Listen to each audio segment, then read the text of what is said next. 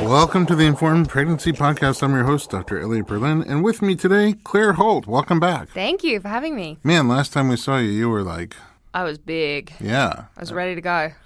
And so let's talk about it. Today we're going to do like birth story and motherhood. Mm-hmm. So how was the end of your pregnancy? I was tremendously uncomfortable at the end. I had a lot of... I could tell by the way you said tremendously. I don't even think that does it justice. I had really bad pelvic pain, and I just felt like I would topple over at any moment. And I was just so ready for the pregnancy to be over. Pelvic pain in the front or back of your pelvis? It kind of like all around, mostly in the front, but it was really bad, and I had such trouble sleeping. You know, getting out of bed at night, doing anything other than like moving my hips in a certain direction. Just totally lined up. Yep. And it was awful. I would wake up 100 times at night. I had really bad insomnia, really bad anxiety actually at the end of my pregnancy. And I know a lot of people have told me since, you know, that's because there's a big change coming in the body, everything's happening, there's lots of blood pumping. But I would wake up really panicked a lot at night and not be able to sleep. And It was a struggle for me, for sure. Was there specific things on your mind during those anxious moments? Or? I don't know if it was... I mean, we've talked a lot before about how I'm not great at not being in control. And right. I remember that. And I think part of it was because I had no idea when the baby was coming, how he was coming, what was going to happen, how I was going to manage it, how my life was going to change. I think all of that sort of started to bubble to the surface. Yeah, I guess if you have a crystal ball, it makes it easier. Right, exactly. There's so much unknown. So much. And so I would wake up like 11, 12 at night and go downstairs and watch Netflix comedy specials. Oh, yeah, there's so many great ones. Mm-hmm. There were great ones. Oh, my God. I was doing the same thing. At the end of your pregnancy? Well, at the end of your pregnancy. Oh, that's true. There were some good ones, actually, so that really helped me. Who's your favorite? I loved the Amy Schumer one because it was very appropriate for how I was feeling at the time. Yeah, very relatable for you at the moment. I loved it too, and I'm not even... You know. She's great. She's just so open and honest about the experience. And she also has a really cool style of pushing a joke till you think it's pushed as far as it can go. And then you think she's going to move on to the next one. Keeps and going. Then bam, she's like not even just getting started. I know, it was amazing. So I did that a lot, and I walked miles and miles and miles because I thought that would help the baby to come out. And it just gave me contractions the whole time I was walking, and then they would stop when I got home. So. Did walking make your pelvic pain feel better or worse? Or? I think I was... Once I was like a mile into my walk, it would settle and I would feel okay. By the end of the day, I wouldn't be able to move. But when I was walking and the blood was flowing, I was moving, I kind of... Once things warm up. Yeah, I felt good. But it certainly like didn't feel great. And the contractions every time I was like, please be it, please be it, please be it. No, it wasn't it. So, yes. How far along did you get? So, I was induced at 39 weeks. Okay. My doctor shared with me probably when I was 36 weeks that she was going away no, it might have been a little early actually. Maybe she told me around 32 weeks that she was going to Guatemala to do, amazing... Medical mission. A medical mission. And so that... first of all, made me very nervous because I was very attached to her and I wanted her to deliver my baby. And then I had what they told me was a very large baby and was on track for sort of 10 pounds if I went to term.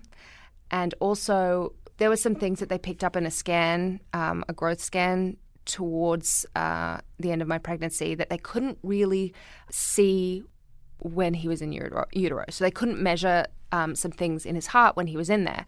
And so they needed to do an echo when he was born. Okay. And so that made me very, very, very nervous. On top of everything On top of everything. I just wanted him out so that I knew that he was safe or so that they could take care of him if there was something wrong. So all of those things combined made me decide to be induced at 39 weeks. Well, my husband and I made the decision together to be induced at 39 weeks.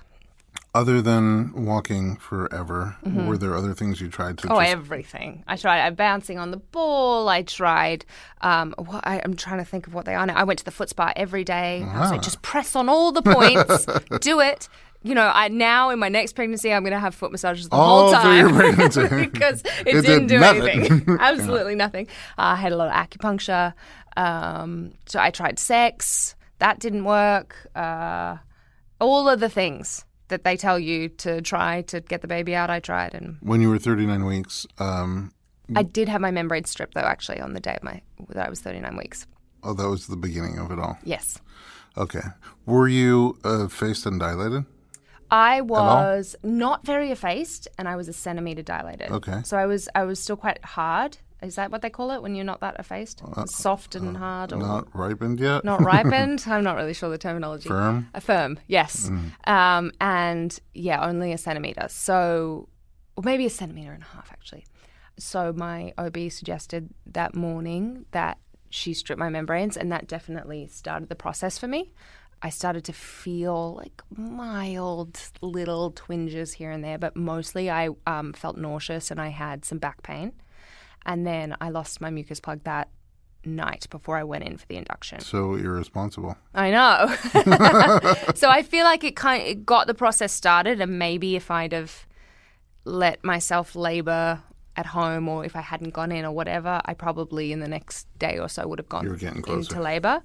But I was desperate to have my doctor deliver. So I got a text just literally right now that a client who's on call for her birth got her membrane swept, but she's second baby, and she's already 4 centimeters. What? So let's talk quickly.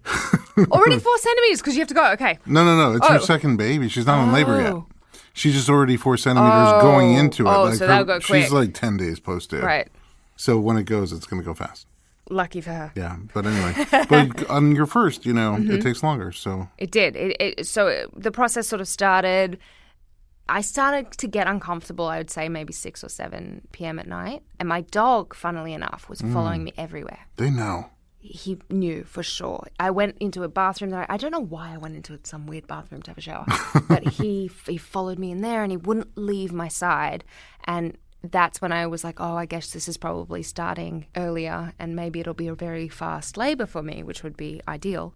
Or maybe I don't even have to be induced and do all of the things that come with induction. But that's not what happened. That's not what happened. What time of day were you scheduled to go? So I went in at midnight. Okay. Obviously didn't sleep a wink. Yeah. I was just so excited. I was so ready to have this baby. And I got there, actually, funnily enough, we got there at like 11:40 or something, and they made us sit in the waiting room because they were like, if we check you in now, it's another day on your insurance, blah, blah, blah. So we just sat out there like twiddling our thumbs until the clock struck midnight, and then they let us in, and, I was just so excited. I remember putting my robe on. You've got the nice big Wait, room. did you bring your own, or did you use theirs? No, I used the hospital robe. You used the hospital gown? Yeah, I don't know why. I had everything but a robe, by the way. I didn't use half of the stuff. No, I'd say 90% of the stuff that I brought with me I didn't use. What was something that you packed in your bag that was helpful? What was something that I packed that was helpful? Shower slippers. I used those as little slides for the shower. That's something a lot of people don't bring, but probably I took a shower and I was glad I had now them. that they're listening to your... I was glad I had them. Yeah. I'm sure there's a few other things. I didn't need the 4 different outfits I bought for him. You didn't need 4? Oh, no, for him? Probably for him. I mean, I bought a couple for me too, but I needed I didn't know how big he was going to be, what his colour was going to be. Oh, my goodness. Would red look good on him? Or I blue? know, the first pictures. Yeah. So sadly, the first pictures are not that cute, and we're all kind of like asleep and blinking. Typical, I would think. Yeah. But so we went in at midnight, and when I got there, they checked me, and they said that he was sunny side up. They did an ultrasound, so that would, I guess, explain why I started to feel sort of contractions in my back. Yeah, so his spine against your spine, basically. Right. So bone against bone. Bone against bone. Sounds comfortable. Yeah, well, I thought it was uncomfortable until I actually started progressing. Then I realized what discomfort really was. But yeah, so... what was their initial induction method for you? So they used Servidol at first, which is like the pill that they insert. And it basically was because I wasn't effaced. Down. Okay, yeah. In the mouth or the... Yeah. No, they insert vaginally. And... it basically gave me like mild period cramps, what I thought were contractions. So, I didn't really sleep because I thought it was going to go very quickly. Yeah. And I was excited. But, for maybe I would say from midnight until 5 was what they left they left the cervidil and they came back at 5 a.m. to check me. And my hubby had a great sleep on the little couch. I was lying awake. I probably, dozed off for an hour or something, but no Netflix comedy special? No Netflix. I don't know what I was feeling so overwhelmed and excited, and I couldn't sleep. And no doula at that point? No doula at that point because my lovely dear doula had a monster 8-hour birth right before mine. So she finished that birth probably, I'd say, 4 or 5 a.m. And I was already in the hospital being induced. And I said to her, look, go and rest. Like, I would feel terrible if you had to do 2 48-hour births, because at that point I didn't know how long it was going to take me. I mean, did nobody tell you that you're probably just going to sit on cervidil for 6-10 hours, something like that? I don't know. No, not really. Because every time I would ask, how long it would take or they would say, maybe a few hours, could be longer. And when they first came in to tell me that they were going to do the cervidil, they said, we're going to call your doctor and check, but we'll either do just the cervidil or we'll do the cervidil and the Foley balloon at the same time. And I was like, oh, please, let's do it at the same time. Let's do it at the same time. And she came back in and I was just so tremendously disappointed because my doctor had said just the cervidil. Slow play it. My hubby was like, oh, man, we just want the baby to be here. Right. I know your like determination. Like, let's do it all right now. I wanted to do it all. Just do the cervidil and the Foley balloon and just Pitocin. Just stick your head up there and give him out. Exactly. So by 5 a.m., I'd progressed, I think, maybe another centimeter to 2.5 or something. So not a lot, but I was 60 or 70% effaced maybe at that point. Okay, that's what it really does is help soften your cervix, but also you doubled your dilation. Right. So I was pleased with that, and they said, okay, now we're going to do the Foley balloon. Okay. At about 5 minutes after they inserted the Foley balloon, I realized that I was so grateful that my doctor didn't do them both at the same time at midnight. All right. That's going to be, hold on a second, a great place to pick up in just a minute. Okay, go for it. But before we get there, what was the placing of the Foley balloon like? It wasn't too painful.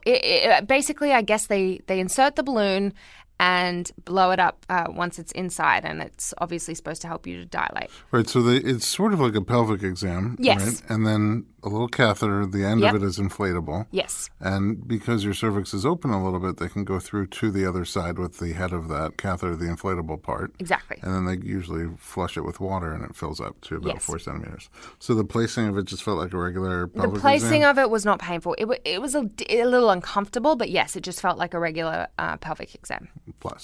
Plus a tiny bit, yeah. And then when they inflated it, I guess that's what we'll have to come back to. Ooh, don't go anywhere. We will be right back.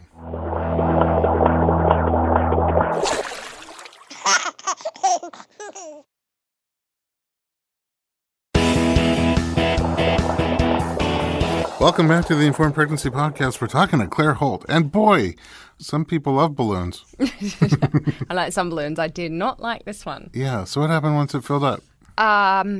It was so unbelievably painful for me. And I feel like I have a pretty high pain threshold in general. I've broken bones. You definitely have a high pain threshold. Okay, good. Confirmed. You can tell. I was contracting basically... I don't really know how you time it properly, but a minute on, a minute off. Okay. Oh, wow. Yes. And the minute off felt like just a milder version of a contraction because the balloon was still dilating and there was pressure. So the contraction was so strong for me for that minute. And then the minute I basically contracted constantly for 2 hours is how it felt. Wow. And where did you feel the contractions? Did you feel them in your... I wasn't necessarily feeling them in my back. A little bit in my back, but there was so much pressure that I couldn't really determine where it was coming from. Okay. Did you feel it in your cervix area? Okay. Yes. And it was really tough for me. And at this point, my husband and my sister were there with me in the hospital room. And of course, they were filming me and thought it was hilarious. And I was like, no, I'm serious, guys. This actually really hurts. And then the nurse came in and I was like, how do people do this without pain relief?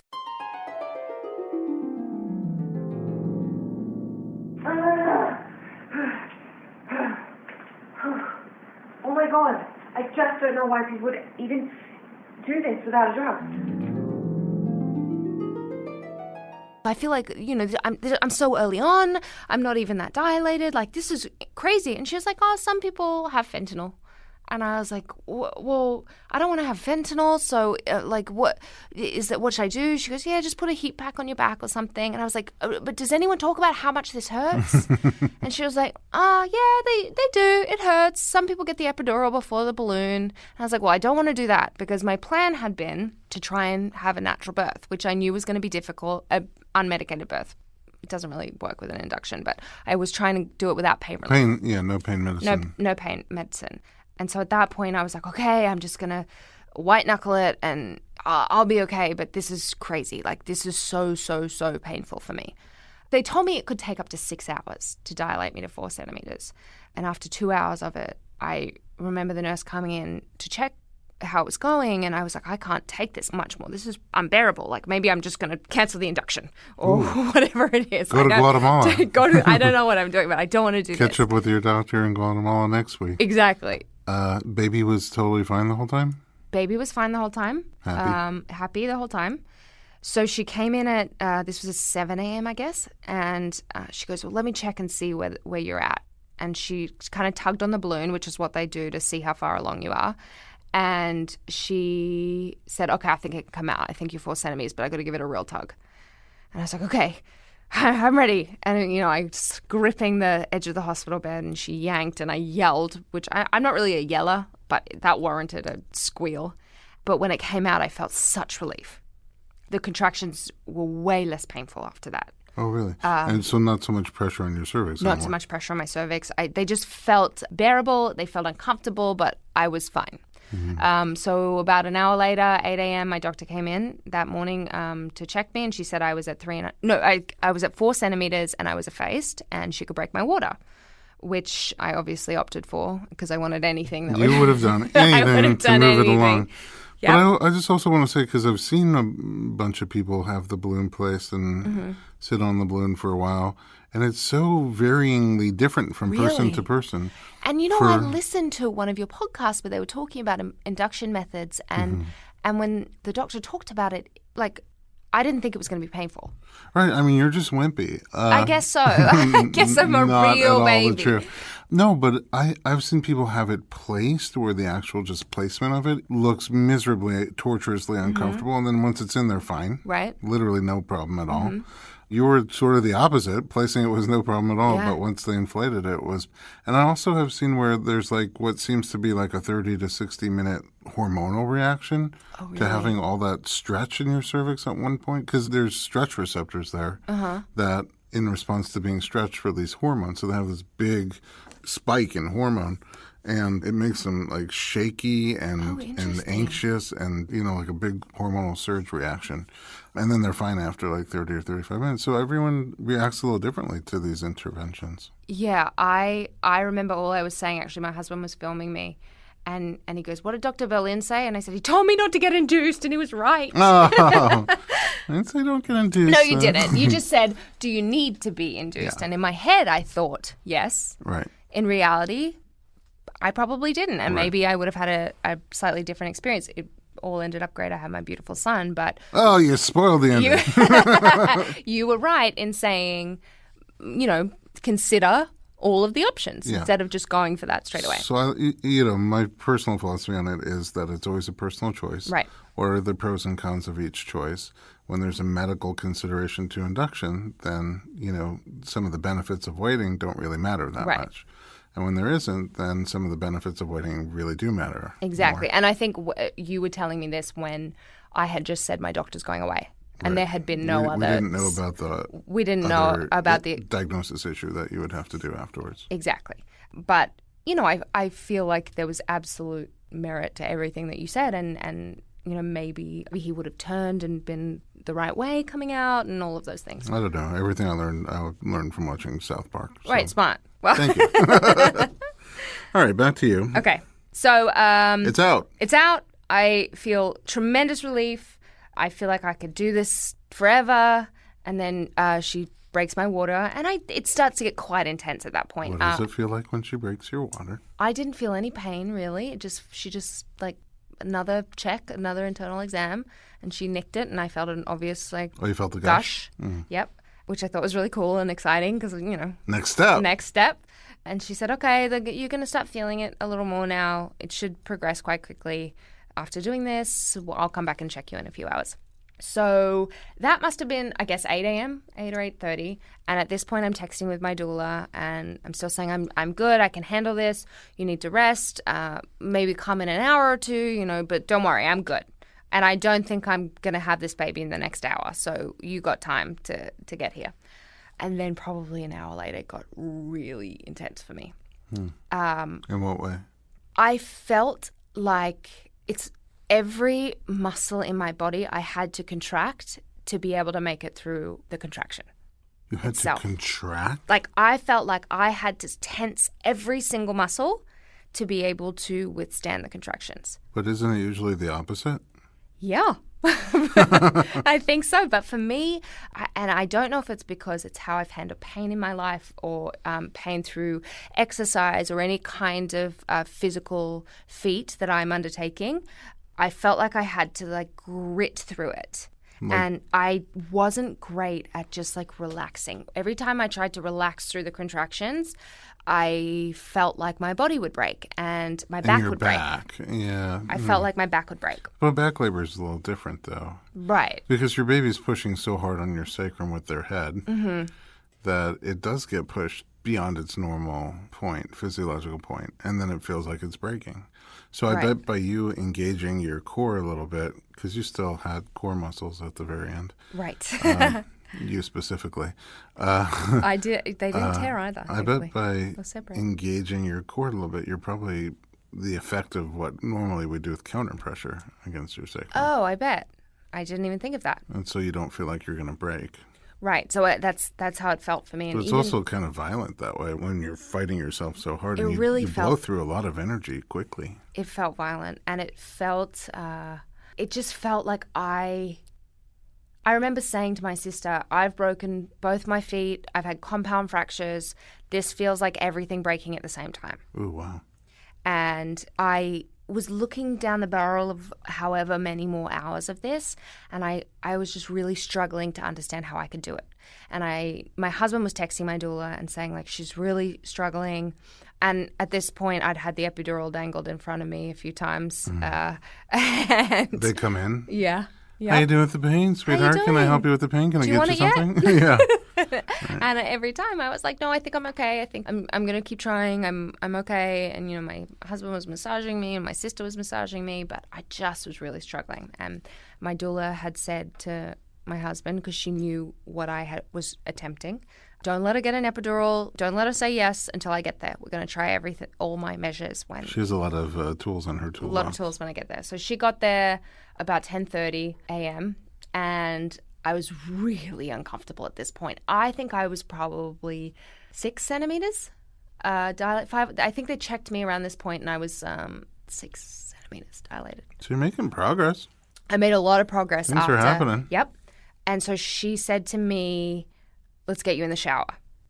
She said, I usually don't do this until someone's right on the edge of not being able to handle the pain anymore, because it's like a natural epidural, the warm water. Aquadural. So, and my husband at that, she had actually texted my husband and said, put her in the shower. I'm almost there. And my husband said, she just had a blowout. She's not going to go in the shower. And my doula was like, of course, Laurie, she's wonderful. She said, put her hair up, get her in the shower. Anyway, so Laurie got there and I finally reluctantly agreed to ruin my blowout. And I jumped in the shower and it felt great for a second. And she had the wand on my back, which was awesome. And I probably was in there for maybe 30 minutes or something. And I was like, okay, I'm getting better. And then something happened and it just stopped helping. Oh, really? Yep. And she kept saying to me, Claire, your legs are so tense. They're so tense. You have to relax your legs. You have to. They're like rocks. And I was like, I can't. It's the only way I can get through a contraction is by... Because you were still posterior, huh? Yeah. And so I got out of the shower and I remember just leaning on the bed and tears were streaming down my face. I couldn't control it. It was just and I was suffering. And I remember in our discussions, you said there's a difference between pain and suffering. And I was really suffering at this point. And so when that anesthesiologist popped his head in and said, "Is it time yet?" I said, "Yes, please." And so I'm so polite in that moment. No, there was some cuss words in there, I'm sure. And so I asked for a walking epidural because I wanted to still be able to move around. It took a little convincing to be allowed to have the walking epidural, but he agreed to give it to me. And then it was probably one of the hardest things throughout my labor was sitting still through a contraction whilst he put the needle in. I didn't even really feel the needle. It wasn't an issue. It was not moving when I was like in really intense having pain. Your surges, yeah. And my doula sat in front of me and she said, "Just look me in the eye and stare into my eyes and we got this. We can do it together." So when the contraction came, I just stared at her and she stared at me.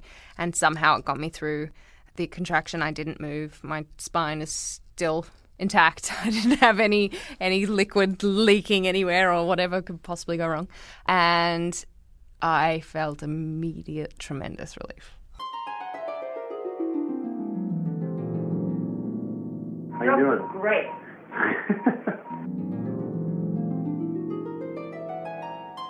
Oh, wow. And I was thrilled with my decision at that point. I really was. I could still move around, which was great.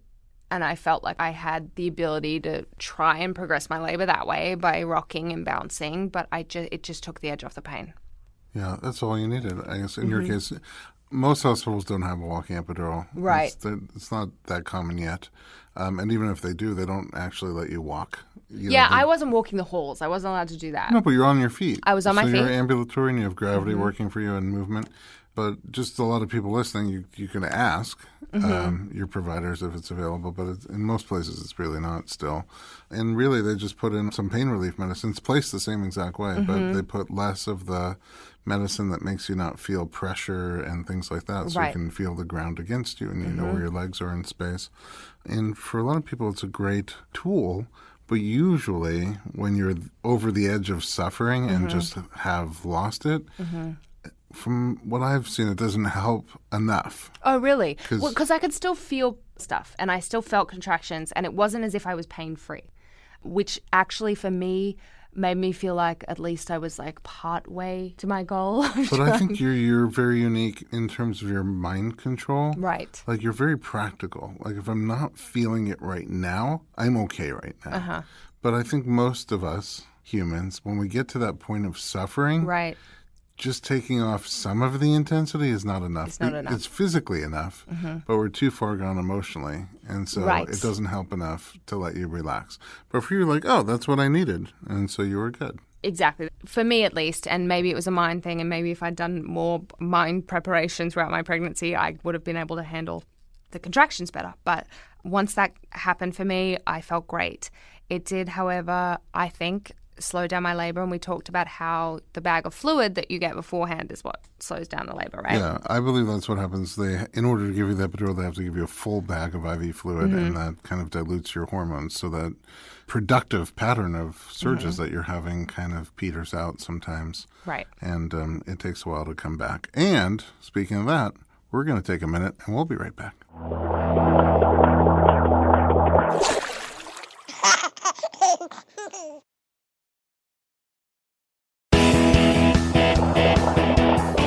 Welcome back to the Informed Pregnancy Podcast. We're talking to Claire Holt. So where were we? So I had the walking epidural, and at this point I'd been racing the girl in the room next to me at the hospital. You're hilarious. you could see her. I could see her contractions, and I had asked the nurses, obviously they wouldn't tell me anything about her, but I was like, well, how long has she been here?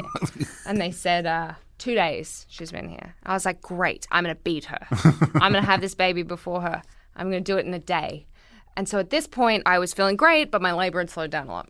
And so I was very frustrated because she was speeding up and I was slowing down and I wanted to win the labor race.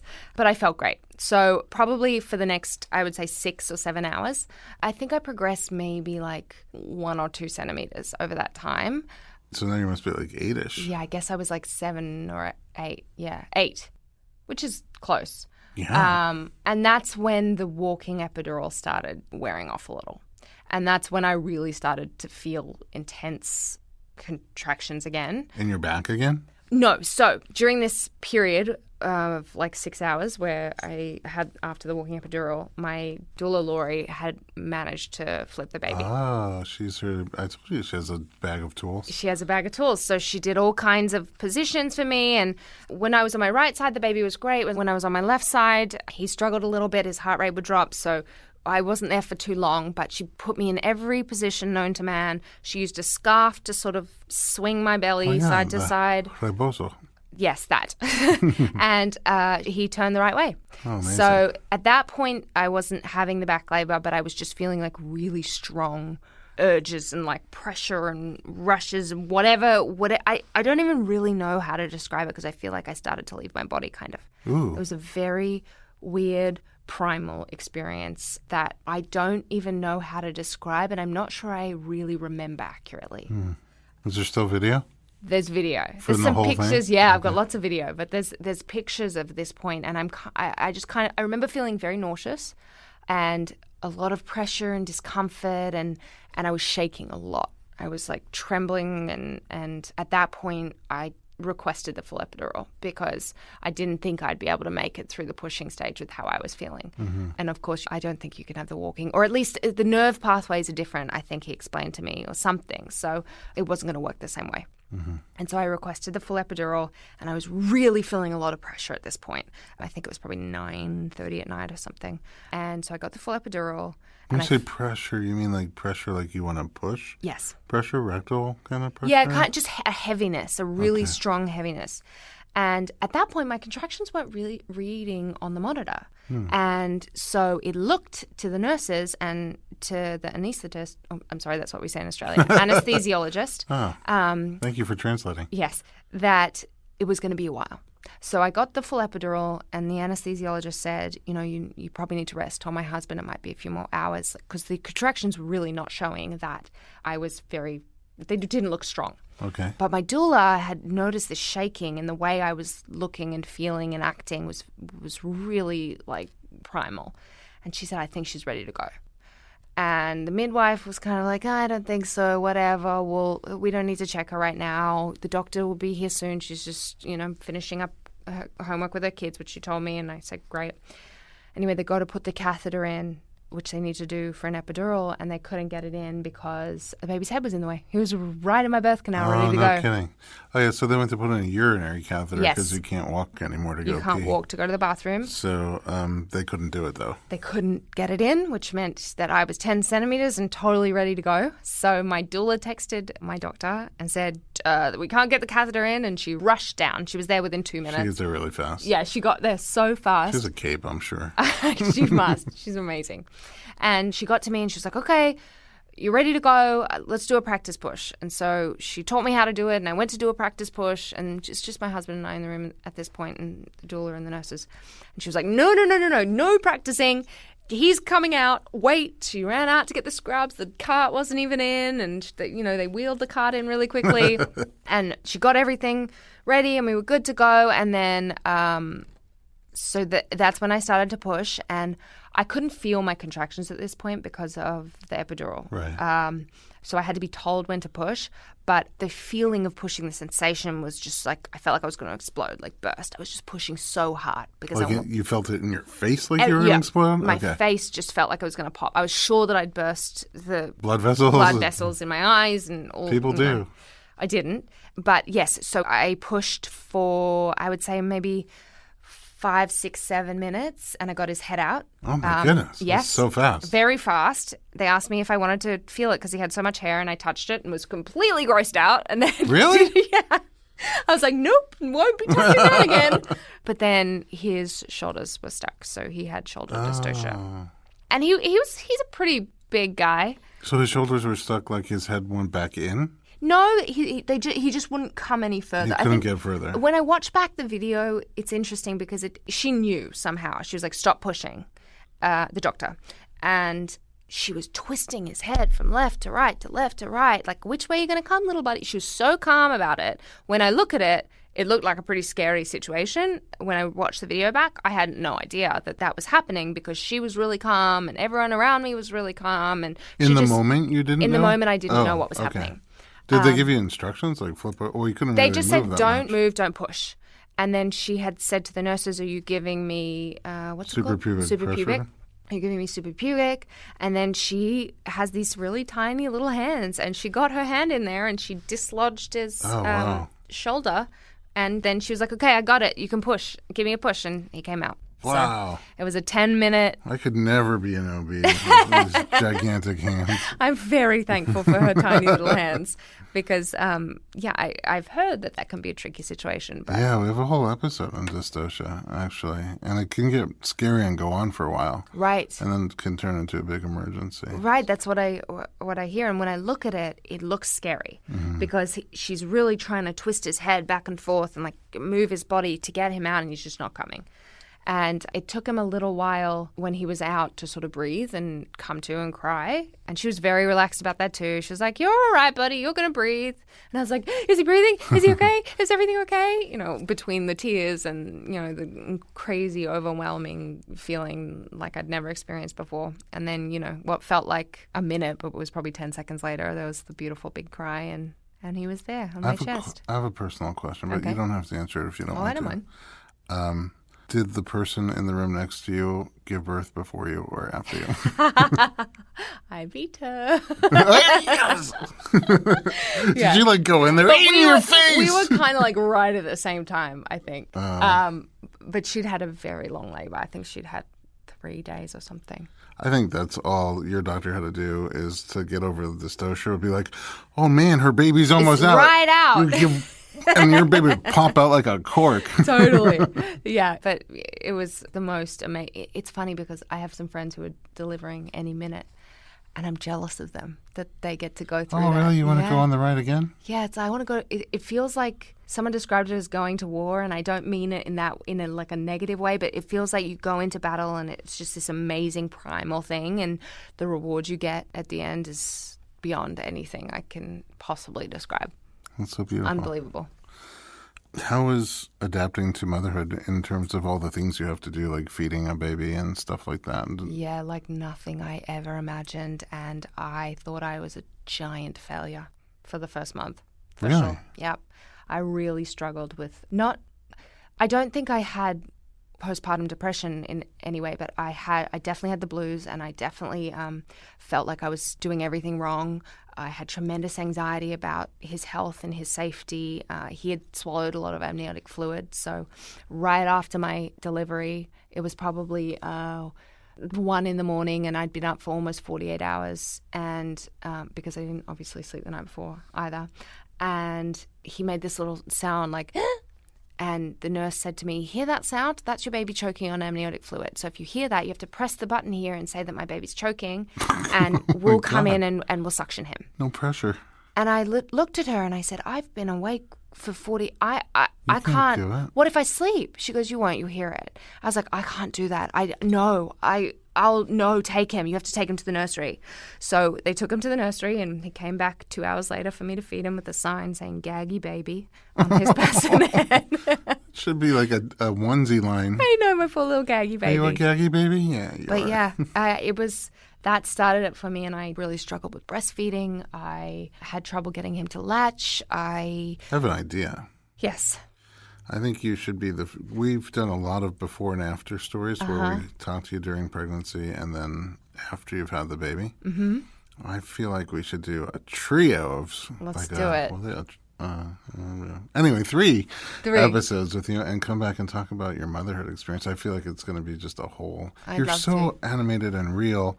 Like, even when you thought I was going to ask something really personal, like, bring it. Bring it. I know. I like to be an open book. You know, no. I thought after I had my son that I was going to be so honest about it, even if I was criticized, because I have my whole life related to women who told the truth about what they were experiencing, and it always made me feel better, and it always made me feel normal.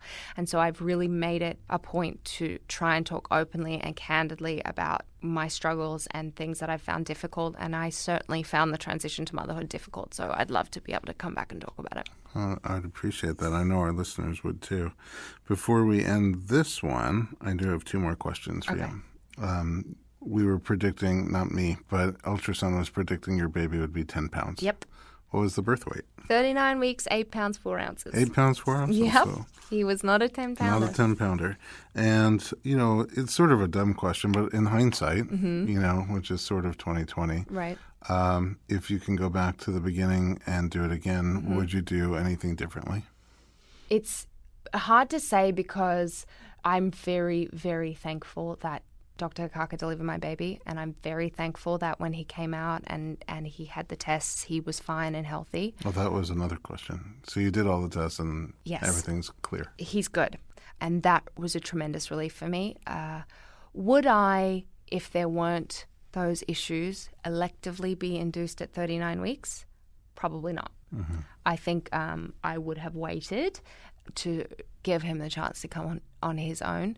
But I'm thankful that I did. I'm thankful that I had a safe delivery. I'm thankful that he was healthy. He came out at 8 pounds. Some of the issues we have after was because maybe he came a little early, he wasn't quite ready. I don't know. It's very hard to say, but no, I wouldn't have changed anything because I'm glad that he came safely and he's healthy. Would I be induced if I had just the choice and there was no reason to be? Probably not. Mm-hmm. Do you think you'll have more kids? Yes. Ooh. It's very funny. Right when he came out, I wanted 4. After the first month, I wanted to give him back. And then and now I want 10. I just love it so much. I hope you have 10. I don't know if my body or my husband hope I have 10, but I can't we'll wait see. to the episode where we say, welcome to the 30th episode with Claire Holt. She's about to give birth to People her get real sick of 10th me, I think. baby. Oh, I don't think so. You're so entertaining.